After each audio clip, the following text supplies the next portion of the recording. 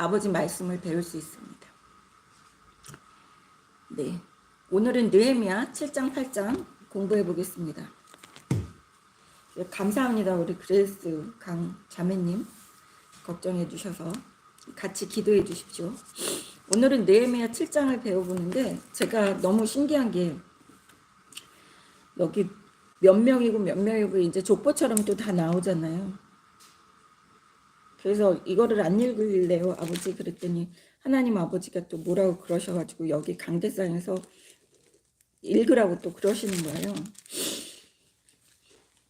그래서 제가 한 번도 안 읽고 왔는데 또 읽어야지 돼서 또 혀가 좀 꼬이더라도 이해해 주시기 바랍니다. 느헤미야 7장 1절 성벽이 건축됨에 문짝을 달고 문지기와 노래하는 자들과 레위 사람들이 세운 후에 네 성벽이 건축이 됐다고 얘기를 해요. 문짝을 다 달았다 그랬어요. 문짝을 달기 바로 전에 흑암의 권세들이 난리를 쳤죠. 성벽이 완성하게 되는 것을 너무 싫어했기 때문에.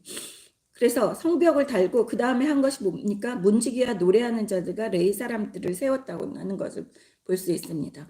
문지기는 문을 잘 지켜서 외부에 있는 흑암의 권세들, 그러니까 거기 적군들이 방해하지 못하도록, 예배 드릴 때 방해하지 못하도록 문지기를 세워야지 되는 것이고, 또 노래하는 하나님을 찬양하는 사람들, 레위 사람들은 하나님 성전에서 일하는 사람들을 세웠습니다.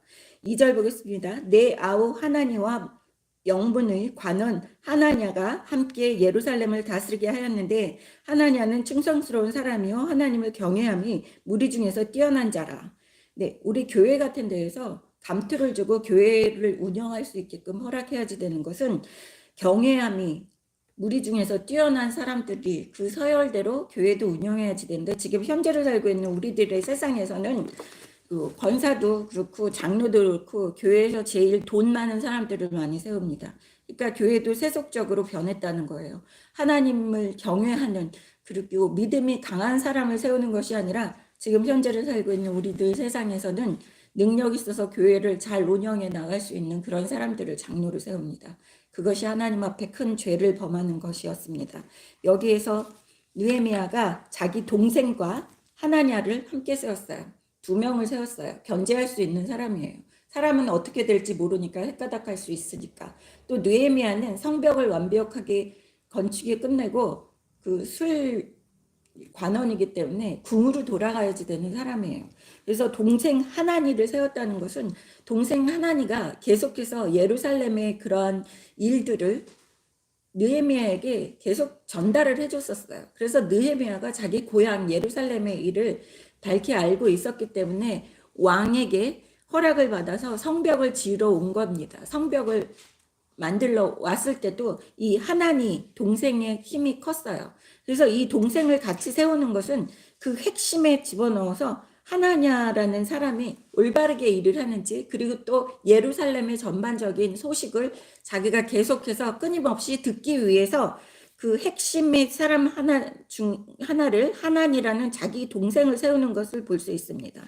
그래서 항상 교회나 무슨 일을 하나님의 일을 할 때 서열이 어떻게 따져져요? 하나님 앞에서는 서열이 아주 중요합니다. 그래서 제가 항상 얘기하죠. 서열이 중요하다. 집안에서도 아버지는 아버지다워야지 되고 엄마는 엄마다워야지 되고 장자 아들은 아들다워야지 되고 딸은 딸다워야지 되고 막내는 막내다워야지 된다고 제가 항상 얘기하는 것처럼 여기에 느헤미야에게는 다른 게 고려되지 않고 오직 하나님을 경외하는 사람이 무리 중에서 최고 뛰어난 사람을 하나님의 일을 하는 사람으로 세우는 것을 볼 수 있어요. 하나님을 두려워하지 않으면 하나님의 일을 온전하게 완성할 수가 없고 온전하게 이끌어갈 수가 없습니다. 최고 첫 번째 그 사람의 자질은 하나님을 두려워할 줄 알아야지 되는 거예요. 3절 보겠습니다. 내가 그들에게 이르기를 해가 높이 뜨기 전에는 예루살렘 성문을 열지 말고 아직 파수할 때에 곧 문을 닫고 빗장을 지르며 또 예루살렘 주민이 각각 자기가 지키는 곳에서 파수하되 자기 집 맞은편을 지키게 하라 하노니. 네, 여기에서 해가 높이 뜨기 전에 성문을 열지 말라고 얘기하는 것을 볼 수 있어요. 즉 계속해서 공격을 하고 느헤미야를 죽이려고 하고 예루살렘에 성전이 세워지는 것도 방해하고 성벽이 세워지는 것도 방해하는 이러한 이 예루살렘에 사는 이방인들이 많이 있었다는 거예요. 적들이 많이 있었다는 거예요. 적들이 있었기 때문에 해가 높이 환하게 뜨기 전에는 적들이 스며들 수 있는 그러한 환경에서는 절대 성문을 열지 말라고 하는 이 모습을 볼 수 있습니다. 그러니까 때가 있는 거예요. 우리가 나가서 전파하고 아버지 말씀을 전파하고 사랑 타령하면서 그들을 사랑으로 감싸고 뭐 이런 것까지 할 때에 그런 때가 있다는 거예요. 여러분 지금은 전쟁할 때예요. 지금 정신 똑바로 차리고 우리의 믿음을 지켜야지 되고 악과 선을 구분해야지 되는 때입니다. 지금 아직도 정신 못 차리고 헬렐레 하면서 악인들까지도 사랑해야지 된다고 그러고 품고 덮어줘야지 된다고 그러는 때가 아니에요. 여기에도 해가 밝게 뜨지 않으면 성문을 열지 말라 그래요. 악인들이 스며들 수 있는 그러한 환경을 절대 만들어 놓아서는 안 되는 거예요. 교회에서도 그렇고 내 삶에서도 그렇고 악인들이 스멀 기어들어오고 숨어 들어갈 수 있는 환경을 절대 만들어서는 안 된다는 것을 볼 수 있습니다. 악인들이 계속 있었다는 거예요. 예루살렘 성 주변에서. 이스라엘 백성들을 실족시키게 하고 호시탐탐 노리는 그러한 사람들이 아직 살고 있었기 때문에 이렇게 명령 내리고 있는 느헤미야를 볼 수 있습니다. 4절 보세요. 성읍은 광대하고 그 주민은 적으며 가옥은 미처 건축하지 못사함이니라. 네, 성벽은 다 건축해 놨어요. 도시가 크기만 하면 뭐합니까? 중공 같은 데에서 건축업을 장려한다 그러면서 이상한 동네에다가 이상한 허허 벌판에다가 아파트를 몇만 채를 만들고 막 그런데 거기는 유령 도시라고 그러잖아요. 지금 사람이 입주를 해서 살고 있지를 않아요. 그렇기 때문에 텅텅 비어있는 유령 도시들이 중공에는 아주 많이 있다고 합니다. 중공이라는 그 체제 때문에 사람들이 입주하지 않고 그래도 그들은 나라에서 그냥 자기네들이 발전된 도시라고 발전된 나라라고 자랑하기 위해서 그냥 나라에서 추진해서 마음대로 마구잡이로 건물을 세우고 아파트들을 세운 거예요. 그래서 성읍은 광대하고 느헤미야가 보니까 예루살렘 성읍 안에 거하는 사람들이 많이 없다는 거예요. 이스라엘 백성들도 포로 생활에서 돌아왔지만 그 성벽 안에서 거주하는 사람들이 많이 없었다는 거예요. 그러면 성을 유지하고 성을 운영하고 그 다음에 성을 지키는 사람들의 수요가 부족했다는 것입니다. 그래서 5절 보겠습니다. 내 하나님이 내 마음을 감동하사 귀족들과 민장들과 백성을 모아 그 계보대로 등록하게 하심으로 내가 처음으로 돌아온 자의 계보를 얻었는데 거기에 기록된 것을 보면 옛적에 바벨론 왕 느부갓네살에게서 사로잡혀 갔던 자들 중에서 노임을 받고 예루살렘과 유다에 돌아와 각기 자기들의 성읍에 이른 자들 곧 스룹바벨과 여수아와 느헤미야와 아사랴와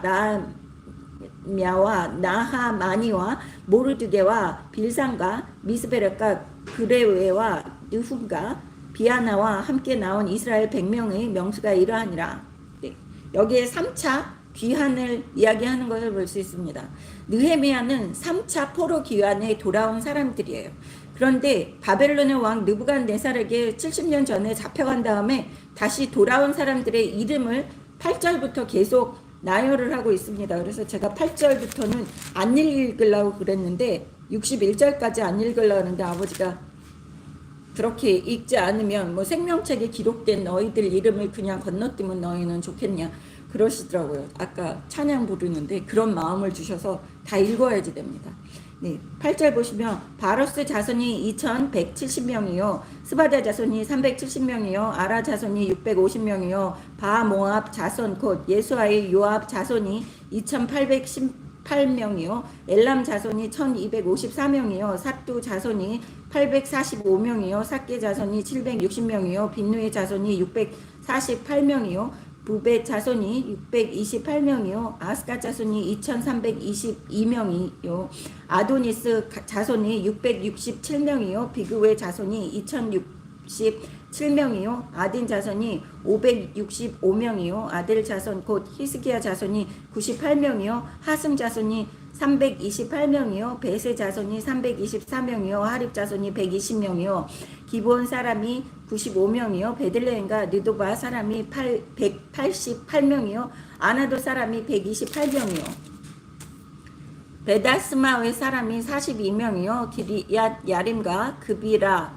부에롯 사람이 743명이요 라마와 게바 사람이 621명이요 믹스마 사람이 122명이요 베델과 아이 사람이 123명이요 기타 느보 사람이 52명이요 기타 엘람 자손이 1254명이요 하람 자손이 320명이요 여리고 자손이 345명이요 르도와 하딕과 오도 자손이 721명이요 스나아 자손이 3930명이었느니라. 네, 여기까지 한번 보세요. 한 명도 빠짐이 없는 것을 볼 수 있어요. 37절에 721명, 1명까지도 하나님 아버지께서 다 그 느헤미야 마음에 감동을 주셔서 다 계수해서 기록하게 하시는 이 모습을 볼 수 있어요. 하나님 아버지는 정말 디테일하세요. 그렇기 때문에 한 명도 놓치지 않으시고 생명책에 내 이름이 안 들어가면 어떡하지? 까먹으셨으면 어떻게 하지? 그런 생각을 할 필요가 없어요. 여기에서 보시면 얼마나 철두철미한지 모르겠습니다. 39절 보세요. 제사장들은 예수아의 집 여다야 자손이 973명이요 인멜 자손이 1050명이요 바스올 자손이 1247명이요 하림 자손이 1077명이었느니라. 네, 제사장 사람들이 몇 명이 돌아오는지도 보고 있습니다. 성전이 만들어졌는데 제사장이 없으면 안 돼요. 그래서 제사장들이 같이 귀환하는 모습입니다. 43절 레위 사람들은 호디야 자손 곧 예수아와 감미엘 자손이 74명이요 노래하는 자들이 아삽 자손이 148명이요 문지기들은 살롬 자손과 아델 자손과 달본 자손과 악굽 자손과 하디다 자손과 소베 자손이 모두 138명이었느니라. 네, 여기에서 보시면 레위 사람들과 제사장들이 레위 지파에 속한 사람들이었어요. 근데 제사장을 할 수 있는 사람은 누구예요? 아론의 후손에서만 제사장을 할 수 있어요. 레위 지파는 아주 많은 사람들이 있어요. 레위 사람들은 다 성전에서 일을 해야지 돼요. 청소하고 그 성전을 지키고 뭐 물건을 옮기고 뭐 이러는 사람들이 레위 사람들이면 그 레위 지파 안에 아론의 가족, 그러니까 아론의 계보에 있는 사람들만 대제사장과 제사장을 할 수 있었어요. 하나님 아버지께서 출애굽 때 그렇게 명령을 해놓으셨습니다. 아론의 후손들만이 제사장의 역할을 할 수 있다고. 그래서 여기에서 제사장과 레위 지파를 구분하는 것을 볼 수 있습니다. 46절에 보시면 느드님 사람이라고 나와요. 느드님 사람은 성전에서 일꾼을 하는 사람, 물을 깃고 제사를 지내고 남은 그 뒷정리, 청소를 하는 그러한 사람들입니다. 그 사람들은 12지파의 사람들이 아니에요. 이 사람들은 그 기본 사람들이나 가나안 땅에 있었던 그 사람들이 노예처럼 그 이스라엘 백성과 같이 살면서 그 자기네 목숨을 부지하기 위해서 그 살아남은 그러한 족속들을 느디님 사람들이라고 합니다. 이 사람들도 이스라엘 12지파와 같이 살면서 하나님 아버지 말씀에 율법에 철저하게 순종하고 이스라엘 사람들처럼 살았어요. 단지 차이점은 그 DNA가 다르다는 그런 차이였습니다. 뭐 지금 현재로 살고 있는 우리들도 이스라엘 12지파와는 상관없는 DNA예요. 네, 46절부터 또 보겠습니다. 느디님 사람들은 시아 자손과 하수바 자손과 답바옷 자손과 게로스 자손과 시아 자손과 바돈 자손과 르바나 자손과 하가바 자손과 살메 자손과 하난 자손과 기델 자손과 가할 자손과 르아야 자손과 르신 자손과 느고다 자손과 갓삼 자손과 우사 자손과 바세야 자손과 베세 자손과 무님 자손과 느비스님 자손과 박북 자손과 하그바 자손과 할훌 자손과 바슬리 자손과 무히다 자손과 하르사 자손과 바르고스 자손과 시스라 자손과 데마 자손과 느시아 자손과 하디바 자손이었느니라. 네, 여기에서 보시면 느디님 사람들, 선택된 이스라엘 백성이 아닌 사람들의 그 가족들, 족보까지 다 한 명 한 명 이름을 거론해주고 있는 이 모습을 볼 수 있어요. 이게 아주 중요한 거예요. 여러분 생각해 보세요. 이스라엘 사람들이 몇천 년이 지난 지금에도 자기네들이 여기에서 자기네들의 족보와 자기네들의 계보가 있다는 것을 보면서 뿌듯하게 생각하는 거예요. 그리고 거기에서 결집력이 생기는 거예요. 우리나라 사람들이 대한민국이 뭐 한민족이다. 요새는 한민족도 아닌 것 같아요. 뭐 세상에서 다 세상 여러 나라 사람들이 들어오고 뭐 연변에서도 와서 뭐 조선족이다 얘기를 하는데 진짜 조선족인지 중공 사람인지는 알지도 못하겠지만 우리 민족이라고 그렇게 얘기를 합니다. 근데 여기에서 레위 사람들도 느디님 사람들도 다 이스라엘 백성들도 가족들의 이름, 그 가문의 이름 하나하나까지 언급을 해주면서 그 사람들의 정체성을 찾아주고 있는 것을 볼 수 있어요. 인간이 동물과 다른 것은 정체성이에요, 여러분. 우리의 정체성은 뭐예요? 내가 하나님 아버지의 자녀라는 정체성을 갖고 살아야지 비로소 인간답게 사는 거예요. 인간, 사람답게. 하나님이 만들어주신 그 사람, 아담과 하와처럼 만들어주신 하나님의 영을 갖고 있는 사람처럼 살기 위해서는 하나님의 말씀을 알아야지 되고 내 정체성, 내가 하나님 아버지의 자녀라는 정체성을 알아야지만 우리가 사람답게 살 수 있는 거예요, 여러분. 아니면 개돼지가 될 수밖에 없어요. 개돼지. 57절 보겠습니다. 솔로몬의 신하의 자손은 소대 자손과 소베르 자손과 브리다 자손과 야알라 자손과 다르곤 자손과 깃델 자손과 스바디아 자손과 핫딜 자손과 보게렛 하스바임 자손과 아몬 자손이니 모든 느디님 사람과 솔로몬의 신하의 자손이 392명이었느니라. 네, 이방 민족들까지도 다 몇 명인지 세워놓는 것을 볼 수 있어요. 네. 통계를 내려고 하는 것처럼도 보일 수 있지만 이 사람들이 다 돌아와서 그 하나님의 일을 하고 성벽을 만들고 거기에 거주하는 사람들, 그 사람들이 이렇게 하고 있는 것을 볼 수 있어요. 이게 몇천 년 전의 일이에요. 몇천 년 전에. 네. 대단하지 않습니까? 성경을 읽어보면 몇천 년 전에 그 미개했을 때, 몇천 년 전이라고는 말도 안 되는 그러한 상황이잖아요. 우리나라도 몇천 년 전에 이렇게 살았을 수 있었을까? 근데 하나님의 율법을 섬기면서 살던 이스라엘 백성들은 지금 현대 문명에 무슨 인권 주장하는 이상한 사람들이 있지만 사람답게 살았어요. 사람답게. 하나님 아버지께서 명령하신 그 율법대로 사는 것이 사람답게 사는 것입니다. 61절 보겠습니다. 데멜라와 데할 의사와 그룹도 앗동과 인멜로부터 올라온 자가 있으니 그들의 종족이나 계보가 이스라엘에 속하였는지는 증거할 수 없으니. 네, 여기에서 느헤미야가 이렇게 기록을 해놓는데 돌아온 사람들 중에서는 진짜 이스라엘 백성인지 아닌지 불분명한 이상한 족속들도 있었다는 거예요. 가족들도, 사람들도. 네. 지금 현재를 살고 있는 우리들, 예수 믿는다고 하는 사람들이 그 사이 안에도 이상한 사람들이 존재한다는 거예요. 이 사람이 진짜 예수 믿는다는 사람일까 아닐까, 양다리 걸친 사람인가, 이런 사람들이 있는데 그것을 잘 분별하고 여기에 기록되어 있는 것을 한번 보겠습니다. 62절 그들은 들리아 자손과 도비아 자손과 느고다 자손이라 모두 642명이요 제사장 중에는 호바야 자손과 학고스 자손과 바르실레 자손이니 바르실레는 길라 사람과 바르실레의 딸 중에 하나로 아내를 삼고 바르실레의 이름으로 불린 자라. 네, 이 바르실레라는 이름이 여러 군데에서 등장을 해요. 다윗이 도망 다닐 때 바르실레라는 또 이름이 나옵니다.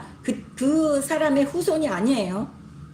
그냥 이름이 똑같은 이름이 나올 때 그 사람들과 연관지어서는 안 됩니다. 여기에서 이런 사람들이 있는데 이 사람들은 불분명해. 진짜 그들의 뿌리가 12지파에 속했는지, 이 사람들이 이야기하는 제사장 그 레위 지파에 속했는지 이런 것도 불분명하다라고 얘기하는 이 느헤미야를 볼 수 있어요. 64절 보겠습니다. 이 사람들은 계보 중에서 자기 이름을 찾아도 찾지 못하였으므로. 그래서 족보랑 계보가 얼마나 중요한지를 알 수 있습니다. 우리는 뿌리를 찾아야지 돼요, 여러분. 우리의 뿌리는 뭐예요? 여호와 하나님 아버지가 우리의 뿌리예요. 어떻게 우리의 뿌리가 되셨냐고요? 예수 보혈에 의지해서 내가 하나님 아버지의 자녀가 됐어요, 여러분. 우리의 뿌리, 우리의 가문은 여호와 하나님 아버지의 가문이에요. 우리의 뿌리는 여호와 하나님 아버지이십니다. 예수 보혈에 의지해서. 이름을 찾아도 찾지 못했다고 64절에 보세요. 계보 중에서, 그래서 이스라엘의 이 구약에 나온 이름들, 계보들이 그렇게 중요하다는 거예요. 이스라엘 사람들의 그 계보와 족보는 구약에 그냥 다 나와 있어요, 이름으로. 64절 이 사람은 계보 중에 자기 이름을 찾아도 찾지 못하였으므로 그들은 부정하게 여겨 제사장 직분을 행하지 못하게 하고 예. 신분이 불분명하면 일을 맡겨서는 안 돼요, 여러분. 지금 현재 우리나라에서도 일어나는 일, 교회에서도 일어나는 일, 단체에서도 일어나는 일, 사람이 살고 있는 세상에서 일어나는 일은 그 사람이 소속이 어디인지 신분이 불분명한 사람들한테는 나라 운영을 맡겨서도 안 된다는 거예요. 악인들, 살인자들, 변호까지 맡은 그러한 이상한 인간이 우리나라를 다스리겠대요. 우리나라 전체를 살인자의 소굴로 만들려고 하는 그러한 이상한 사람도 있어요. 네? 그리고 전직 대통령 아무렇지도 않은 그 대통령을 모함을 해가지고 이상하게 조작을 해가지고 검찰에서 검사까지 했다는 사람이 이상한 짓거리를 해서 대통령 탄핵시켜놓고 나서도 뻔뻔하게 지가 대통령이 되겠다고 나왔는데 거기에 줄 서고 있는 이상한 족속들이 있어요. 우파라 그러면서. 우리는 우파 아니라고 그랬죠. 하나님파라고 그랬죠. 아버지 말씀에 비추어서 보면 어떤 인간 하나도 오케이 할 수 있는 인간이 없어요. 예수 믿는다고 하는 사람들이 뭐 전도사까지 했다는 사람이 가가지고 절에 가가지고 절하고 앉아있는 그 모습 꼬라지를 보면서 황머식이라는 사람이 대통령감이라고 얘기하는 이상한 인간도 있다는 거예요. 아주 꼴값들을 떨어요. 예수 믿는다는 사람들이. 이 아버지 말씀을 모르니까 무식해서 내 백성이 지식이 없어서 망하는도다. 지식이 없어서 죽어나가는 거예요. 이스라엘 사람들 하나님이 보시면서 얼마나 화가 나셨으면 내 백성이 지식이 없어서 망한다고 얘기하신 게 지금 현재 몇천 년 뒤에 일어나고 있는 우리들의 모습에서 그대로 또 보여지고 있는 모습들입니다. 소속이 불분명한데도 나라를 살리겠다고 뭘 나라를 살려서 뭘 어쩌겠다고요. 여러분 조선시대 같은 나라가 아직 살아있다고 생각해보세요. 내가 노예로 살든지 내가 백정으로 살든지 할 수 있는 거예요. 예? 맨날 양반들은 벼슬아치들은 나라에서 지들끼리 당파 싸움하느라고 정신없고 내가 잘났어 내가 잘났어 이거 하고 앉아있었고 우리나라 지금 현실이 그럽니다. 정치인들 서로 지가 잘났대요.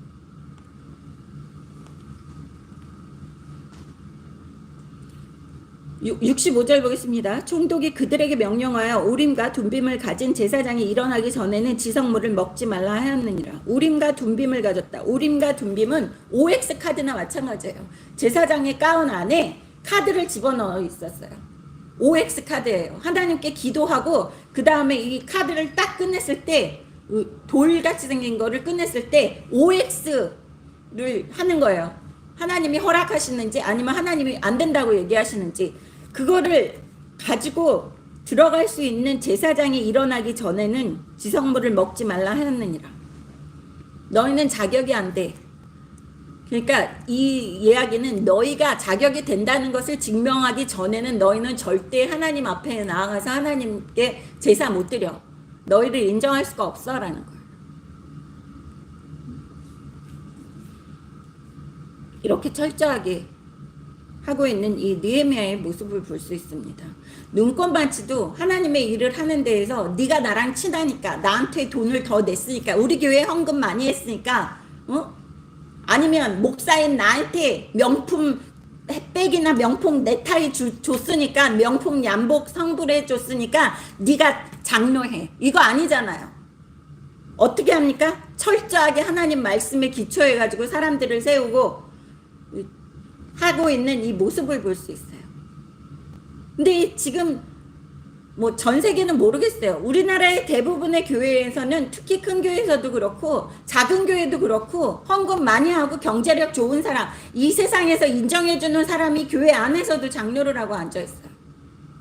자격이 되는지 안 되는지는 그것도 하나님 아버지 말씀에 비추지도 않고 하나님을 경외하고 하나님을 두려워하는 것보다 그런 사람들은 세상에서 자기 명예와 자기의 부가 사라질 것을 더 두려워하는 그런 인간들이 장로직을 하고 권사하고 집사하고 다 해먹고 있어요. 그래서 하나님이 진노해서 교회를 무너뜨리시는 거예요. 2년 동안 우리나라의 교회 10,000개가 사라졌다고 그래요. 10,000개가. 근데 그 2년 동안에 우리 낮은 교회는 끄떡 없었습니다. 우리는 세울 사람이 없어요. 세울 사람이.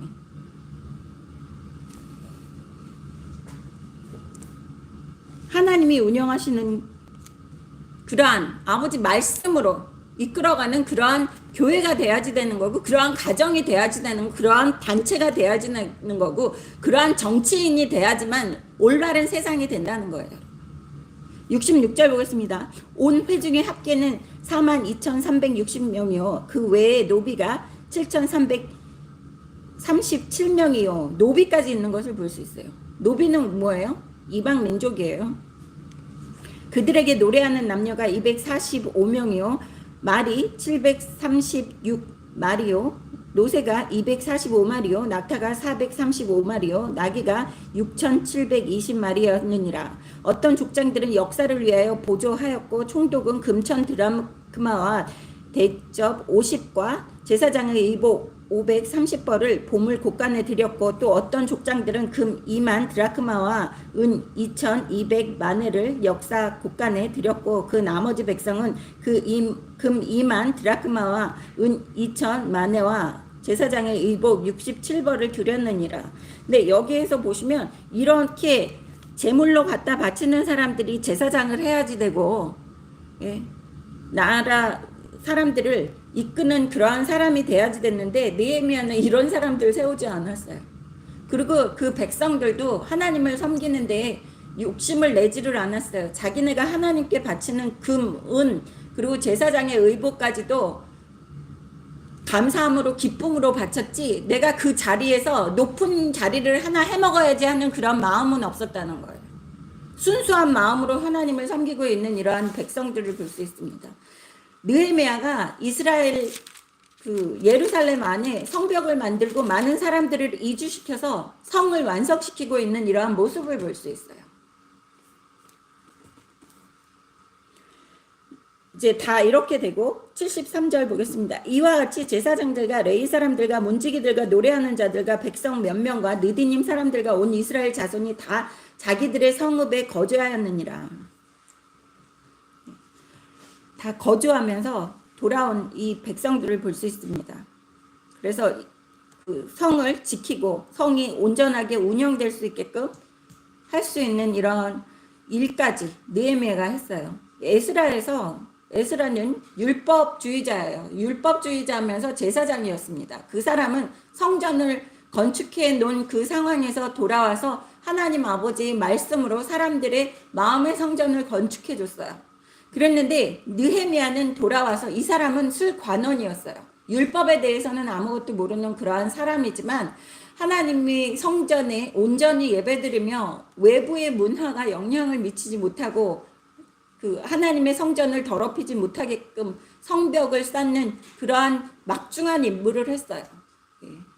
그래서 여기에서 보면 뭐 제사장이다, 율법주의자다, 아니면 술관원이다, 그런 누가 중요한 게 없어요. 성경을 읽어보면 한 사람 한 사람이 다 각각 자기 자리에서 자기의 역할을 하는 것이 중요하다는 것을 볼 수 있습니다.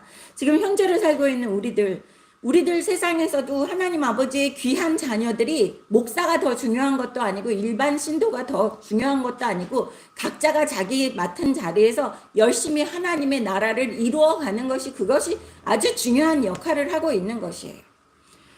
8장 1절 보겠습니다. 이스라엘 자손이 자기들의 성읍에 거주하였더니 일곱째 달에 이르러 모든 백성이 일제히 수문다 광장에 모여 학사 에스라에게 여호와께서 이스라엘에게 명령하신 모세의 율법책을 가져오기를 청하매. 네.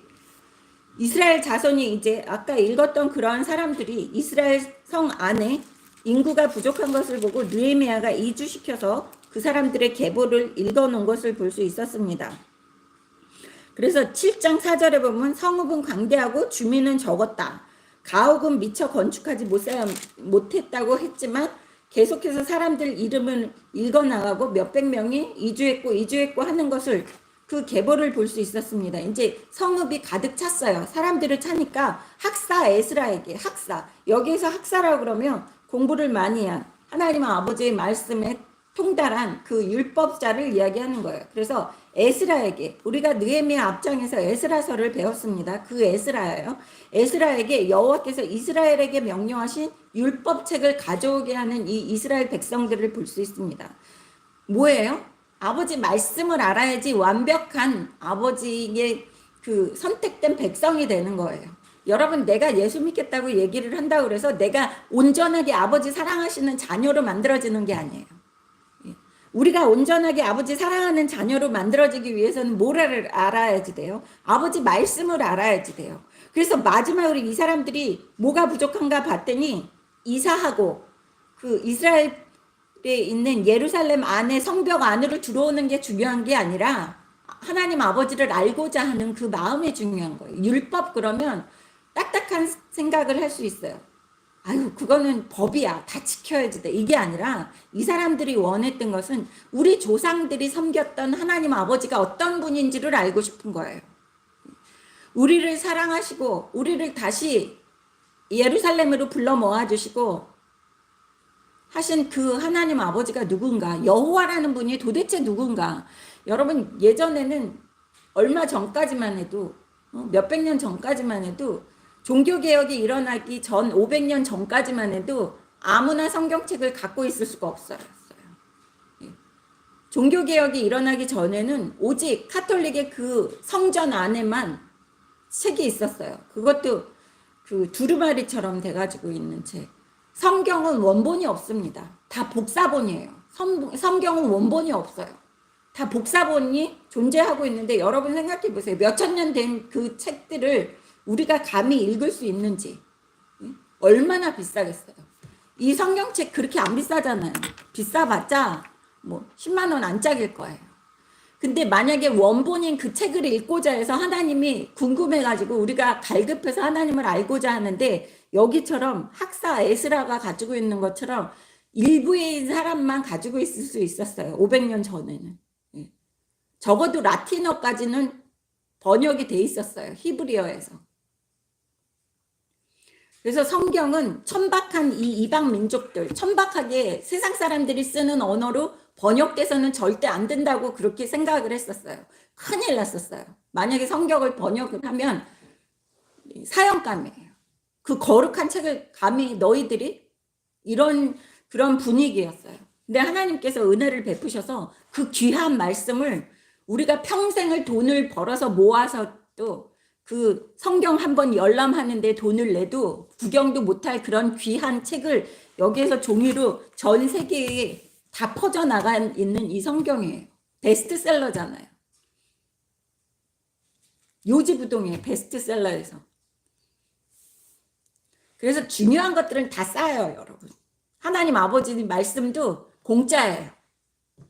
공기도 공짜예요. 햇빛도 공짜예요. 그거는 값으로 매길 수가 없어서 공짜예요, 다. 너무 비싸기 때문에 값을 칠 수가 없어요. 값을 매길 수가 없어요. 그 값을 안 매겨놨더니 사람들이 너무 천대하는 거예요. 아버지 말씀은 값을 매길 수 없는 아주 귀한 말씀입니다. 이게 얼마나 감사해요.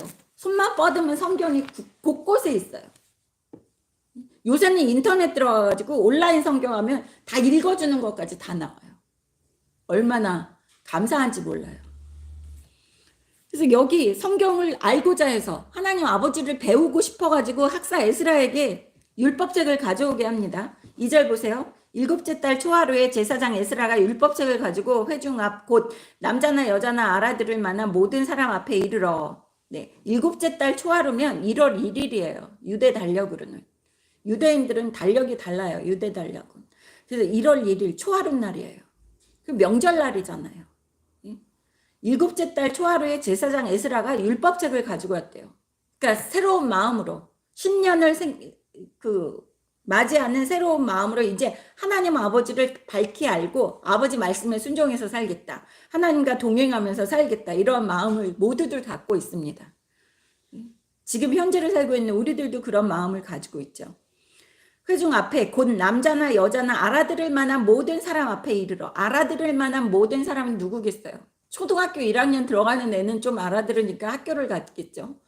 그래서 7살짜리 애들부터 시작해가지고 하나님 아버지 말씀, 말귀를 알아듣는 모든 사람들이 모여서 하나님을 배우고자 있는 이러한 모습을 볼 수 있습니다. 여러분 7월 달에는 그 초하루라 그러잖아요. 7월 7째 달 초하루. 유대인들은 1월 1일을 놓치는 7월 달이에요. 거기에서 보시면 7월 1일은 나팔절이 있고 7월 10일은 속죄일이 있습니다. 그리고 유대력에 보면 7월 15일부터 21일까지는 초막절이에요. 이게 어디서 나오느냐면 민수기 29장 보겠습니다. 하나님 아버지께서 절대로 이 절기를 지키라고 얘기하신 그 말씀이 민수기 29장에 있어요. 모세오경에 창세기, 출애굽기, 레위기, 민수기, 신명기 이렇게 있습니다. 민수기 네 번째 책이에요. 성경에 모세오경 중에 네 번째.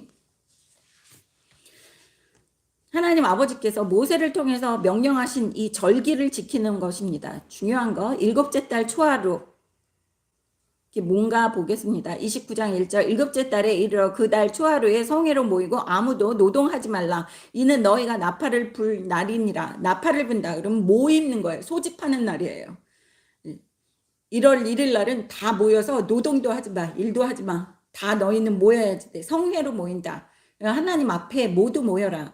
2절 보겠습니다. 너희는 수송아지 한 마리야 순양 한 마리야 1년 되고 흠 없는 순양 7마리를 여호와께 향기로운 번제로 드릴 것이며 그 소제로는 고운 가루에 기름을 섞어서 쓰되 수송아지는 10분의 3이요 순양은 10분의 2요 어린 양 7마리는 어린 양 한 마리마다 10분의 1을 드릴 것이며 또 너희를 속죄하기 위하여 숫 염소 한 마리 로 속죄제를 드리되 그 달의 번제와 그 소제와 상번제와 그 소제와 그 전제 외에 그 규례를 따라 향기로운 냄새로 화제를 여호와께 드릴 것이니라. 그래서 제사 지낼 때 어떻게 해요? 7째 달 초하루에 제사 드리는 거 이런 짐승들을 가져다가 제사를 드리는데 하나님께서 향기로운 그 연기로 빨아 올라가시는 이러한 제사를 드리는 것입니다. 그래서 나팔절 모든 백성들을 소집하는 거예요. 하나님 앞에. 그래서 나팔절입니다. 그리고 7절 보겠습니다. 7째 달 열흘 날에는 7월 10일이라는 거예요. 예. 초하루보다 9일 지나서 열흘에는 너희가 성회로 모일 것이요 너희의 심령을 괴롭게 하며 아무 일도 하지 말 것이니라. 하나님 앞에 나오면 아무 일도 하지 말고 하나님께로만 집중하라는 거예요. 너희는 숫소가지 한 마리와 순양 한 마리와 1년 된 순양 7마리를 다 흠없는 것으로 여호와께 향기로운 번제를 드릴 것이며 그 소제로는 고운 가루에 기름을 섞어 쓰되 수송아지 한 마리에는 10분의 3이요 순양 한 마리에는 10분의 2요 어린 양 7마리에는 어린 양 한 마리마다 10분의 1을 드릴 것이며 속죄와 상번제와 그 소제와 그 전제 외에 순염소 한 마리를 속죄제를 드릴 것이니라. 네, 이것도 똑같이 초하룻날 하는 거, 나팔절에 하는 것을 여기 속죄일에도 똑같이 하면서 우리의 죄를 1년 동안 있었던 그 죄를 회개하는 이러한 모습입니다. 다 모여서. 지금처럼 우리가 예수 보혈을 의지해서 매번 죄를 지으면 회개할 수 있는 그런 상황이 아니라 1년에 한 번씩 모든 사람들이 백성들의 죄를 다 모아서 속죄일에 속죄를 하는 거예요. 그래서 1년마다 한 번씩 대제사장이 지성소로 들어갑니다. 제가 얘기했던 거. 제사장 가운에 밑에 방울이 달려있다 그랬잖아요. 허리에 밧줄을 메고 들어가서 딸랑딸랑 소리 안 나면 아 얘가 하나님께 벌을 받아서 죽었구나. 그래서 밧줄로 끄집어낸다 그랬죠. 그 시체를.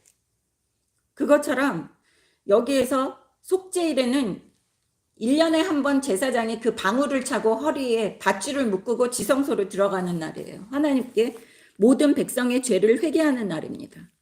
12절에는 장막절이라 그래요. 이제 초막절이라고도 합니다. 이것은 이스라엘 백성들이 출애굽을 하고 40년간 그 광야 생활을 할 때 천막을 짓고 살았던 장막을 짓고 살았던 것을 기억하면서 하나님께서 늘 보호하시고 또 출애굽도 시켜주시고 하나님이 늘 보호하시면서 만나와 매출하기로 그들을 보살피셨다는 것을 기억하는 그러한 날이에요.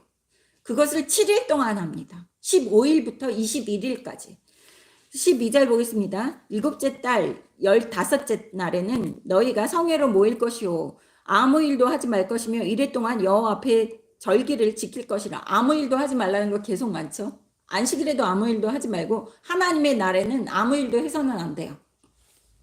하나님께만 집중하는 이 모습을 볼 수 있습니다. 13절 너희 번제로 여호와께 향기로운 화제를 드리되 숫송아지 13마리야 순양 2마리야 1년 된 순양 14마리를 다 흠없는 것으로 드릴 것이며 그 소재로는 고운 가루에 기름을 섞어서 숫송아지 13마리에는 각기 10분의 3이요 순양 2마리에는 각기 10분의 2요 어린 양 14마리에는 각기 10분의 1을 드릴 것이며 상번제와 그 소제와 그 전제와 외에 순염소 1마리를 속죄제로 드릴 것이니라. 둘째 날에는 숫송아지 12마리와 순양 2마리와 1년 되고 흠없는 순양 14마리를 드릴 것이며 그 소제와 전제는 숫송아지와 순양과 어린 양의 수요를 따라서 규례대로 할 것이며 상번제와 그 소제와 그 전제 외에 순염소 1마리를 속죄제로 드릴 것이니라. 셋째 날에는 숫송아지와 10마리와 순양 2마리와 1년 되고 흠없는 순양 14마리를 드릴 것이며 그 소재와 전제는 숫송아지 순양과 어린 양의 수요를 따라 규례대로 할 것이며 상번제와 그 소재와 그 전제 외에 순염소 1마리를 속죄제를 드릴 것이니라. 여기 보시면 계속해서 넷째 날, 다섯째 날, 여섯째 날, 일곱째 날, 여덟째 날 너희가 그리고 39절에 보세요. 너희가 이 절기를 당하거든 여호와께 이같이 드릴지니 이는 너희의 서원이나 낙헌제를 드리는 번제, 소제, 전제, 화목제에 드릴 것이니라. 모세가 여호와께서 모세에게 명령하신 모든 일을 이스라엘 자손에게 말하니라. 네. 저는 이거를 읽으면서 매번 아버지 감사합니다. 여러분 지금 만약에 이거를 다 지켜야지 된다고 생각을 해보세요. 머리도 정말 복잡하고요. 이 제사장들이 얼마나 힘들었겠어요. 하루에 동물을 몇십 마리를 각을 떠야지 되고 죽여야지 되고 피를 봐야지 되고 근데 이 모든 이러한 동물 죽여서 제사 드리는 것을 예수님이 십자가에 못 박혀 돌아가시면서 다 끝냈다는 거예요. 얼마나 감사한지 몰라요. 온통 하나님께 모여가지고 하나님의 절기를 지킬 때는 온통 피잔치예요. 피 비린내가 진동을 하는 거예요. 동물들이 죽어나가는 거. 이슬람 사람들은 아직도 그렇게 합니다. 한 번 몇 년마다 한 번씩 제사 지낸다고 그러면서 동물들 5만 마리 10만 마리를 죽여요. 며칠 동안에. 아직도 그들은 그 이스마엘의 족속이라고 그랬잖아요.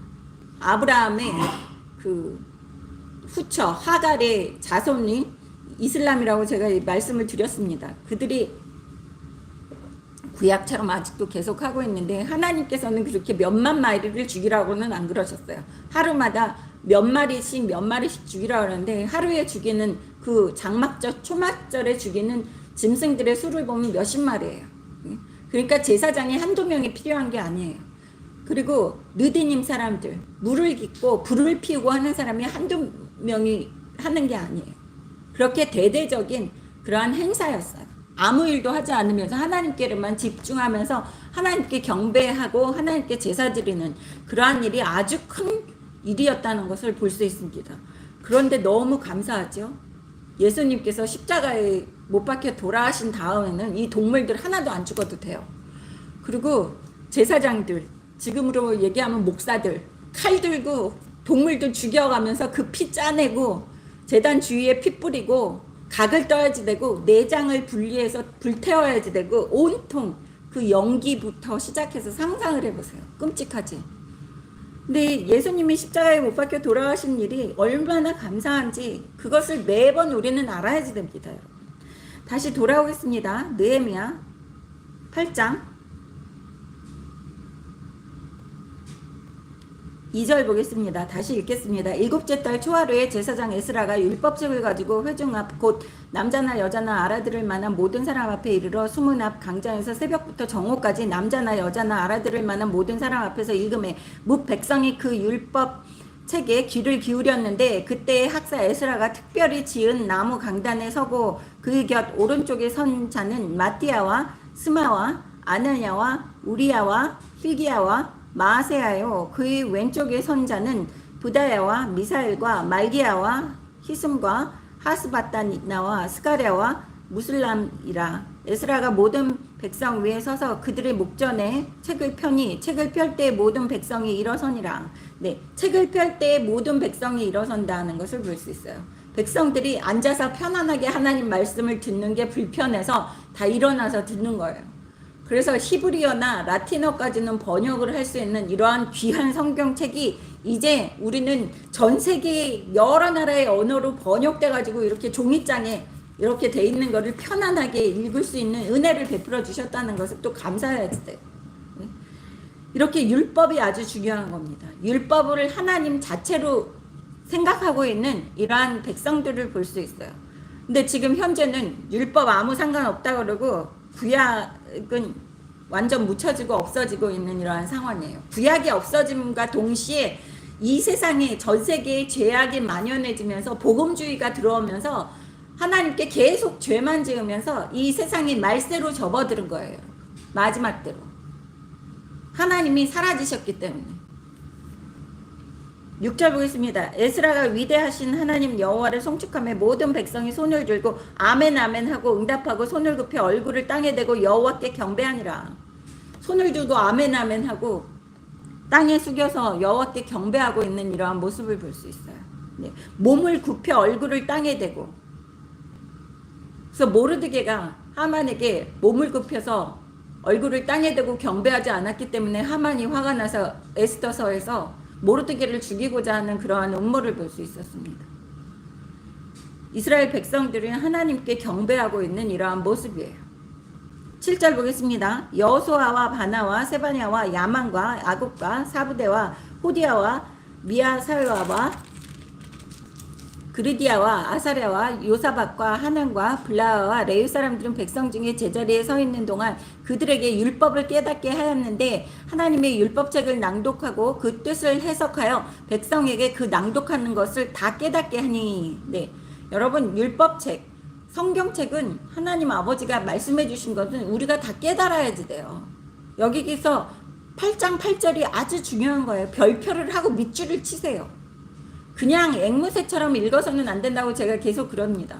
성경을 읽을 때에는 앵무새처럼 그냥 큰 소리로 읽어서는 그것은 안 된다고 제가 항상 얘기를 해요. 깨달아야지 됩니다. 깨달아야지. 못 깨달으면 아버지를 물고 늘어지세요. 아버지한테 모르겠다고. 계속해서 저는 계속 그래요. 모르면 아버지 모릅니다. 이해가 안 됩니다. 넘어갈 수 없습니다.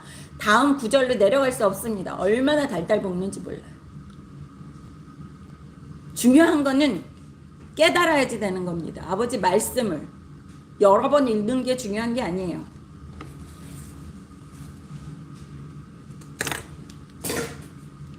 구절 보겠습니다. 백성이 율법의 말씀을 듣고 다 우는지라. 네, 울어요. 왜 울어요? 하나님 아버지의 은혜, 아버지의 사랑을 느끼면 눈물이 날 수밖에 없어요. 우리가 얼마나 죄 짓고 살았는지를 알면 또 울 수밖에 없어요. 제가 3가지의 눈물이 있다고 그랬어요. 예수 처음 믿으면서 울을 때, 제가 죽기 살기로 울을 때, 예. 그럴 때가 한 7년 울었는데 내 인생이 억울하고 속상해서 내 삶이 왜 이렇습니까? 예. 그러면서 7년으로 울었어요. 그리고 나머지 7년은 내 죄가 돌아보니까 너무 죄를 많이 지은 거예요. 알고 보니까 나는 죄인이 아니라고 생각했는데 알고 보니까 너무 죄가 많은 거예요. 그래서 7년 동안 또 엄청 울었어요. 죄 때문에. 그리고 나머지 계속해서 지금까지 울고 있는 거는 너무 감사해서 죄인인 나를 그래도 아버지가 버리시지 않고 나를 불러서 아버지 자녀를 또 만들어 주신 것에 대해서 감사하면서 계속 평생 우는 거예요. 3단계의 눈물이 있는 거예요. 내 인생이 억울해서 울고 왜 나를 이렇게 만들어졌습니까? 그게 아주 초보적인 눈물이에요. 근데 눈물조차 안 흘리는 사람이 많이 있어요. 예수 믿으면서. 그러니까 눈물을 흘린다는 것은 내 인생이 억울해서 하나님을 부르면서 운다는 것은 그래도 내 인생을 고쳐줄 분이 하나님 아버지밖에 없다는 것을 알기 때문에 내 인생이 원통하다고 하소연하는 그러한 상황임에도 하나님 부르면서 우는 게 중요하다는 거예요, 여러분. 1단계 눈물이라고 그래도. 세상적으로 쳐다보면서 세상 사람 보고 울면서 하소연하는 그러한 사람보다 이제 하나님이 살아계심을 알고 내가 의지할 분은 하나님밖에 없구나를 알기 때문에 내 원통한 것을 울면서 하나님께 아뢰는 것이 그것이 하나님을 인정하는 그러한 모습이라는 거예요. 그래서 여기에서 우는 것을 볼 수 있어요. 말씀을 듣고. 죄를 깨달은 거죠. 우리가 그렇게 죄를 많이 지었구나. 율법을 비춰보니까 내가 감히 하나님 앞에 설 수도 없는 그러한 종자구나. 그래서 우는 거예요, 백성들이. 누가 울라고 시킨 게 아니에요. 아버지 말씀을 보니까 내가 다 죄인인 거예요. 그럼에도 살아있고 아버지가 불러서 아버지 앞에 서서 말씀을 배울 수 있게 허락하신 게 너무 감사한 거죠. 총독 느헤미야와 제사장경 학사 에스라와 백성을 가르치는 레위 사람들이 모든 백성에게 이르기를 오늘은 너희 하나님 여호와의 성일이니 슬퍼하지 말며 울지 말라 하고 오늘은 하나님을 기억하는 성스러운 날이다. 울고 슬퍼하지 말아라 라고 명령하는 것을 볼 수 있어요. 근데 여기에 보세요. 제사장 겸 학사 에스라. 여러분 제사만 드리는 제사장이 아니에요. 보면 이 에스라는 무식하게 칼만 들고 죽이고 각을 뜨고 제사만 드리는 그러한 그 제사장이 아니라 하나님 아버지 말씀 율법에도 능통한 이러한 사람이에요. 공부하는 사람. 지금 현재를 살고 있는 우리들 하나님 아버지의 자녀만 돼서는 안 되는 거예요, 여러분. 자녀 겸 아버지 말씀 모세오경을 잘 알아야지 되는 거예요. 잘 알아야지. 우리는 아버지의 자녀 겸 학살해야지 돼요. 에스라처럼. 오늘은 하나님의 날이니까 우리는 하나님 앞에서 슬퍼하면 안 돼 라고 얘기하는 사람들을 볼 수 있습니다. 10절 보겠어요. 느헤미야가 또 그들에게 이르기를 너희는 가서 살찐 것을 먹고 단 것을 마실 때 준비하지 못한 자에게는 나누어 주라. 이 날은 우리 주의 성일이니 근심하지 말라. 여호와로 인하여 기뻐하는 것이 너희의 힘이니라 하고. 네, 10절에 여기에 보세요. 여호와로 인하여 기뻐하는 것이 너희의 힘이라. 네, 이게 중요한 거예요. 우리가 하나님을 보고 기뻐하고 즐거워하는 것이 우리의 힘이라는 거예요. 여러분 지금 마지막 때를 살고 있고 지금 진퇴양난이고 온통 우리가 독곡물에 취해서 살아야지 되고 그러한 상황임에도 우리가 뭘 때문에 기뻐해야지 돼요? 여호와 하나님 아버지 때문에 기뻐해야지 되는 거예요. 그게 나의 힘이에요. 왜 기뻐할 수 있어요? 마지막 때 이러한 험난한 세상을 살면서 내가 기뻐할 수 있는 거 다행이다. 내가 아버지 자녀기 때문에 너무 다행이다. 그래서 기뻐하는 것이 우리의 힘이에요. 그렇게 기뻐하면 누가 일을 하세요? 누가 전쟁을 하세요? 하나님 아버지가 우리의 힘으로 작용하시고 아버지가 다 일하신다는 거예요. 여러분. 내가 일하려고 하지 마세요. 우리는 그냥 아버지 앞에 기뻐하고 즐거워하면 아버지가 다 일하시고 우리의 힘이 돼 주신다는 거예요.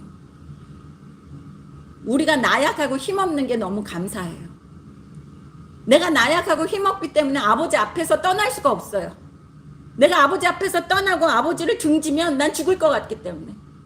나는 너무 힘이 없기 때문에 아버지한테 붙어 있을 수밖에 없는 것이 너무 감사한 거예요. 내가 힘이 없는 것이 감사할 줄 알아야지 되는 겁니다. 힘이 있으면 죄밖에 짓는 게 없어요. 내가 힘이 없기 때문에 아버지께 매달리고 아버지만 바라보고 사는 거예요. 여러분. 11절 보겠습니다. 레위 사람들도 모든 백성을 정숙하게 하여 이르기를 오늘은 성일이니 마땅히 조용히 근심하지 말라 하니. 네, 조용하고 근심하지 말아라. 호들갑 떠지 말고 세상 말세라고 백신 두렵다고 호들갑 떠지 말고 앞으로 여러분 코로나19보다 더 무서운 전염병들이 창궐할 거예요. 전 세계. 계속해서 두려울 거예요. 전쟁, 기근, 지진, 홍수, 메뚜기 때 전염병 난리가 날 거예요. 지금 우리는 마지막 때에 접어들었어요. 문을 열고 들어왔어요. 그래도 뭐라 그래요? 아버지가? 느헤미야서를 통해서 오늘 우리에게 얘기해 주신 거예요. 조용하고 호들갑 떠지 마. 마지막이라고. 호들갑 떠지 말고 근심하지 마라 라고 얘기하시는 거예요. 지금 현재를 살고 있는 우리들에게 마지막 때라고 호들갑 떨지 말고 걱정하지 마. 나만 믿어. 나만 기뻐해. 그러면 너희의 힘이야. 이렇게 오늘 우리에게 이야기해 주시는 거예요. 얼마나 감사한지 몰라요. 우리 힘없는 게 감사할 일이에요, 여러분.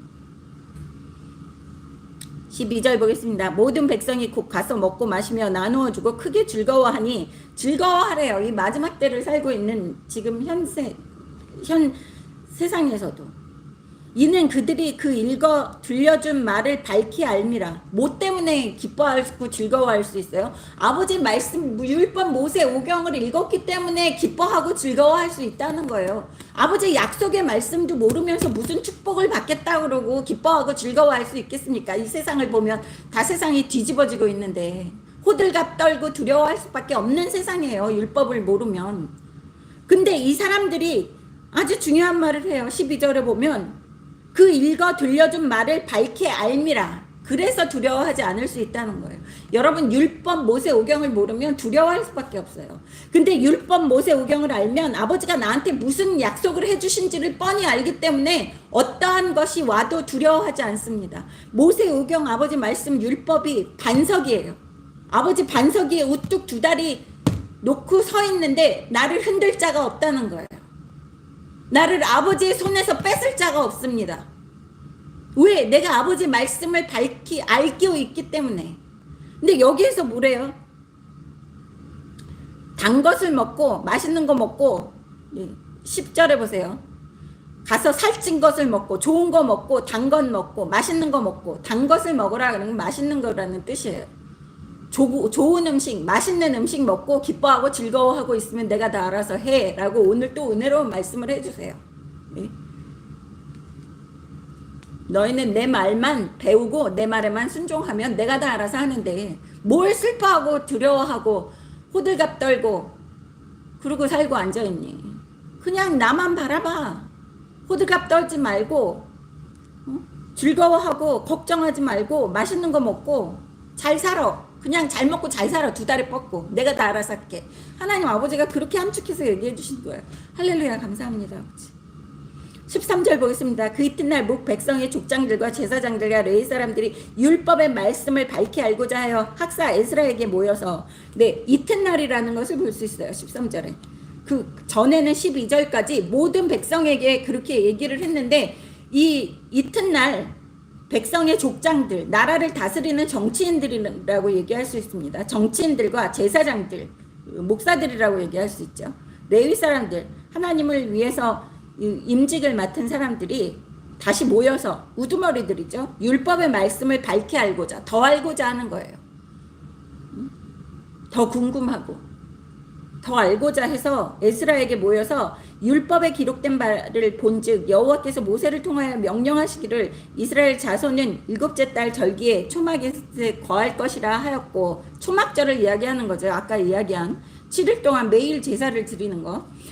그리고 15절 또 일렀을 때 모든 성읍과 예루살렘에 공표하여 이르기를 너희는 산에 가서 감람나무 가지와 들감람나무 가지와 화석류 나무 가지와 종려나무 가지와 기타 무성한 나무 가지를 가져다가 기록한 바를 따라 초막을 지으라 하라 한지라. 네, 여기에서 초막을 짓는다 그래요. 지금 이스라엘은 아직도 그런 거 하고 있다고 제가 말씀드렸습니다. 이스라엘 사람들은 초막절을 지키기 위해서 1년에 한 번씩 모든 자기네 가지도구를 다 끄집어내가지고 살다가 다시 집어넣는다고 제가 설교할 때 설명을 드렸어요. 여기에서 이 우두머리들이 정말 초막절을 어떻게 지켜야지 됩니까? 하나님이 원하시는 그 초막절은 어떤 겁니까? 배워가고 있는 이 모습을 볼 수 있습니다. 여기에서 16절 보세요. 백성이 이에 나가서 나무가지를 가져다가 혹은 지붕 위에 혹은 뜰 안에 혹은 하나님의 전뜰에 혹은 숨은 광장에 혹은 에브라임 문 광장에 초막을 짓되 사로잡혔다가 돌아온 회중이 다 초막을 짓고 그 안에 거하니 눈의 아들 여호수아 때로부터 그 날까지 이스라엘 자손이 이같이 행한 일이 없었으므로 이에 크게 기뻐하며 에스라는 첫날부터 끝날까지 날마다 하나님의 율법책을 낭독하고 무리가 이래 동안에 절기를 지키고 8째 날에 규례를 따라 성회를 열었느니라. 네, 여기에서 보세요. 초막절을 지키고 있는 이스라엘 백성들. 근데 재미있는 게 저는 1000년 만에 이렇게 다시 초막절을 지켰다는 것을 이거를 읽으면서 매번 읽었지만 별로 휙 하고 지나갔는데 와, 1000년 만에 하나님이 원하시는 초막절을 다시 지켰다고 너무 놀랐어요. 여기에서 보십시오. 17절에 여호수아 때로부터 세 번째 줄에 보세요. 눈의 아들 여호수아 때로부터 그날까지 이스라엘 자손이 이같이 행한 일이 없대요. 이게 1000년 전 일이에요. 지금 느헤미야 때부터 1000년 전의 일이에요. 그리고 7일 내내 초막절에 이제 거하게 하고 이스라엘 사람들을, 그리고 7일 동안 계속 율법을 낭독하는 이러한 모습을 볼 수 있습니다. 율법을 언제부터 낭독했어요? 이 사람이 아침부터 새벽부터 오후까지 율법을 낭독하는 이 모습이 8장 3절에 보세요. 수문앞 광장에서 새벽부터 정오까지, 새벽부터 정오까지라고 그러면 새벽이면 6시라고 생각을 해보세요. 정오라고 그러면 12시라고 생각해 보세요. 설교를 6시간 듣는다고 생각을 해보세요. 여러분 졸고 있는 사람들이 아주 많이 있을 거예요. 근데 이 사람들은 서서 들었어요. 서서. 하나님의 말씀이기 때문에 너무 황공해가지고. 여기에서 보시면 여호수아 때부터 초막절을 어떻게 지켰는지 한번 보겠습니다. 여호수아서 1장 1절부터 9절까지 한번 보겠습니다. 여호수아는 신명기 바로 뒤가 여호수아예요. 신명기는 그 모세가 기록해 놓고 모세가 죽는 날까지 기록되어 있는 겁니다. 그리고 모세 후임으로 여호수아가 이스라엘 백성들을 가나안 땅으로 인도를 해요. 모세는 가나안 땅에 들어가지 못하는 그러한 형벌을 받았습니다. 하나님 아버지께. 그래서 모세는 건강하면서도 120세 때 눈도 귀도 아직 늙지 않고 신체도 청년처럼 건강했음에도 불구하고 하나님 아버지께서 데려가셨어요. 가나안 땅에 못 들어가게 하시고 멀리서 쳐다볼 수 있게만 허락하셨습니다. 여호수아 1장 1절 보겠습니다. 여호와의 종 모세가 죽은 후에 여호와께서 모세의 수종자 눈의 아들 여호수아에게 말씀하여 이르시되 내 종 모세가 죽었으니 이제 너는 이 모든 백성과 더불어 일어나 이 요단을 건너 내가 그들 곧 이스라엘 자손에게 주는 땅으로 가라. 내가 모세에게 말한 바와 같이 너희 발바닥으로 밟는 곳은 모두 내가 너희에게 주었노니 곧 광야와 이 레바논에서부터 큰 강 유브라데 강까지 해쪽 속의 온 땅과 또 해지는 쪽 대해까지 너희 영토가 되리라. 네 평생에 너를 능히 대적할 자가 없으리니 내가 모세와 함께 있었던 것 같이 너와 함께 있을 것임이니라. 내가 너를 떠나지 아니하며 버리지 아니하리니. 네, 여기에서 우리에게 하시는 말씀이에요, 여러분. 여호수아에게 해주시는 말씀. 하나님의 나라를 확장하는 이 우리에게, 우리가 빛과 소금의 역할을 하면서 이 세상에 악인들과 싸우면서 이 세상에 살아가는 우리에게 해주시는 말씀이에요. 하나님 아버지께서 5절 보세요. 네 평생에 너를 능히 대적할 자가 없으리니 내가 모세와 함께 한 것 같이 너와 함께 있을 것입니다. 하나님 아버지의 자녀들과 평생 함께 하시고 내가 너를 떠나지 아니하며 버리지 아니하리니 강하고 담대하라. 세상 마지막이라고, 전염병에 창궐하고 백신 때문에 뭐 세상에 질병 때문에 세상의 고통 때문에 두려워하지 말아라. 강하고 담대하라. 너는 내가 그들의 조상에게 맹세하여 그들에게 주리라 한 땅을 이 백성에게 차지하게 하리라. 하나님 아버지께서 아브라함에게 약속하신 또 12지파에게 약속하신 모든 축복을 너희에게 내려줄 거야. 근데 율법을 모르면, 모세오경을 모르면 모세오경 안에 우리에게 약속하신 무슨 축복이 있는지를 몰라요, 사람들이. 그럼 찾아 먹을 수가 없다는 거예요. 제가 또 얘기하지만. 7절 보시겠습니다. 오직 강하고 극히 담대하여 나의 종 모세가 너에게 명령한 그 율법을 다 지켜 행하고 우로나 좌로나 치우치지 말라. 그리하면 어디로 가든지 형통하리니. 현재를 살고 있는 우리에게 얘기하십니다. 모세오경을 잘 지켜서 아버지 말씀에 순종하면, 그리고 좌로나 우로나 치우치지 말라. 빛의 길에 하나님 아버지 말씀에 서서 똑바로 걸어가라는 거예요. 취한 것처럼 이리저리 흔들리면서 여기 끼우 저기 끼우 타고 다니지 마십시오. 오직 아버지 말씀 반석 위에 곧바로 올바르게 걸어가면 어디를 가든지 형통할 거라고 하나님 아버지께서 말씀하세요. 마지막 때를 살고 있는 우리들에게. 8절 보겠습니다. 이 율법책을 네 입에서 떠나지 말게 하며 주야로 그것을 묵상하여 그 안에 기록된 대로 다 지켜 행하라. 그리하면 네 길이 평탄하게 될 것이며 네가 형통하리라. 또 형통한대요. 율법책에 의존하고 율법을 밝히 알고 깨달아서 아버지 말씀에 순종하면. 온통 성경은 아버지 말씀이 율법을 강조해요. 예수님도 율법의 1.1획도 없어지지 아니하고 다 이루리라라고 말씀하신 것처럼 또 형통한다고 얘기하십니다. 율법만이 우리를 형통하게 하는 길입니다. 9절 보겠습니다. 내가 너에게 명령한 것이 아니냐. 강하고 담대하라. 두려워하지 말며 놀라지 말라. 네가 어디로 가든지 네 하나님 여호와가 너와 함께 하시느니라 하시니라. 할렐루야. 감사합니다. 아버지. 할렐루야. 우리에게 응답해 주시는 거예요, 여러분. 자유의지가 있습니다. 여러분 백신을 맞고 안 맞고도 자유의지를 가지고 선택을 하세요. 근데 여러분이 선택하는 그 선택도 하나님 아버지를 믿고 하는 그 선택, 아버지 말씀에 의지해서 하는 그 선택, 아버지를 의지하지 하느냐 안 하느냐에 따라서 하나님 아버지가 큰 역사를 이루어 주실 것입니다. 예수님께서 사복음서에서 어떤 장님을 눈을 뜨게 하셨어요. 그러면서 제자 하나가 물어봤어요. 저 사람은 누구의 죄 때문에 저렇게 그 장님으로 살았습니까? 그러니까 예수님께서 저 사람은 하나님의 능력을, 하나님의 기적을 보여주기 위해서, 하나님께 영광 돌리기 위해서 아픈 사람이었다라고 얘기를 하세요. 모든 사람이 그렇지는 않아요. 근데 저는 믿습니다. 예수 믿는 아버지의 귀한 자녀들은 아픈 것도 하나님의 영광을 위해서 아픈다고 생각을 해요.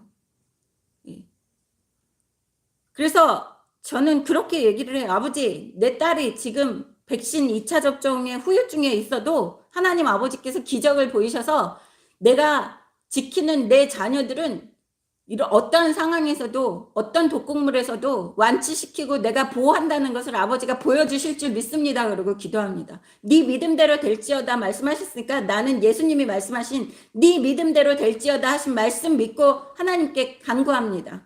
아버지께서 보호하시고 아버지 기적을 보여주실 줄을 믿습니다 하고 기도를 해요. 여러분. 아버지 말씀으로 기도합시다. 또 아버지 반석을 위에 서서 올바르게 좌로나 우로나 치우치지 않고 아버지의 기쁨이 돼서 만사 형통하시고 늘 아버지께서 보호하시고 떠나시지 않고 같이 동행하시는 여러분 되시기를 주님의 이름으로 축원합니다. 기도하시겠습니다. 하나님 아버지 감사합니다. 오늘도 우리에게 아버지 또 말씀을 통해서 이렇게 귀한 말씀으로 약속해 주신 은혜에 감사드리었고 또 감사드립니다. 아버지 하나님, 아버지의 자녀들 힘없고 나약하오나 아버지 말씀은 강하고 또 아버지는 능력 있으시고 전지전능하신 아버지이심을 믿는 우리 그 믿음을 보시고 우리를 구원하여 주시고 또한 만사형통하게 하여 주신다는 은혜를 믿습니다. 아버지 하나님, 믿는 자에게 능치 못함이 없고 또한 예수님께서 그 믿음으로 구하면 뭐든지 하나님 아버지께서 예수 이름으로 구하면 이루어 주신다는 그 말씀 의지합니다. 우리의 삶을 하나님 아버지 늘 기뻐하며 즐거워할 수 있는 삶으로 만들어 주시고 형통하게 하여 주실 줄을 믿습니다. 감사드렸고 우리 주 예수님의 이름으로 기도드렸습니다. 아멘. 네, 찬송가 415장, 통일찬송가 471장 찬양 올려드립니다.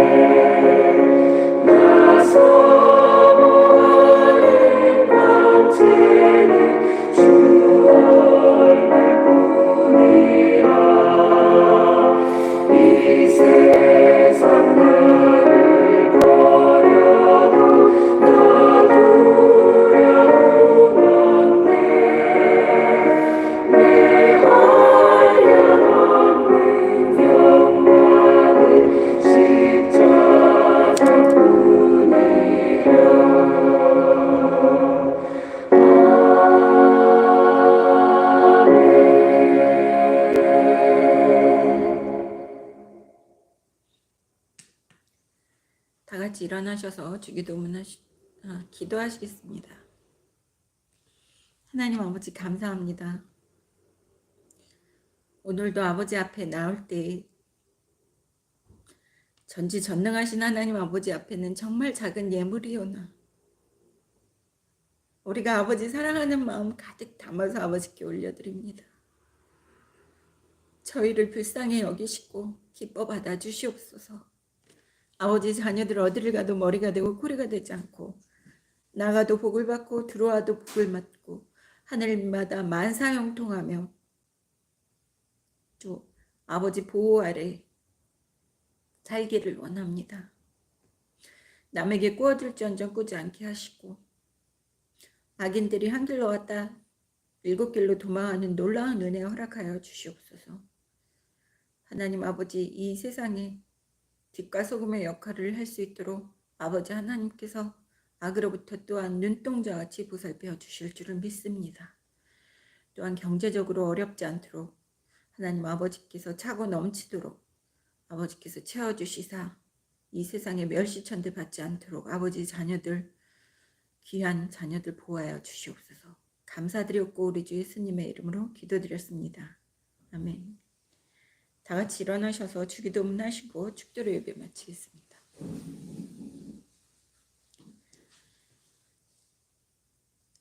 시작. 하늘에 계신 우리 아버지여, 이름이 거룩히 여기심을 받으시오며 나라의 마옵시며 뜻이 하늘에서 이루어진 것 같이 땅에서도 이루어지이다.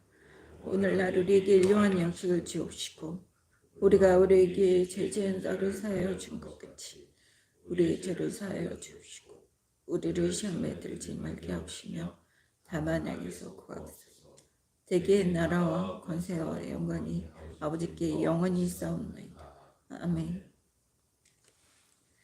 지금 우리 주 예수 그리스도의 크신 은혜와 하나님 아버지의 크신 사랑과 성령님의 인도하심과 보호하심과 교통하심이 낮은 교회를 통해서 예배드리는 귀한 아버지의 자녀들 머리 위에 그 가정 위에 또 대대손손 이 세상 끝나는 날까지 태어나는 그들의 후손들 머리 위에 지금으로부터 영원히 함께 하실지어다. 아멘.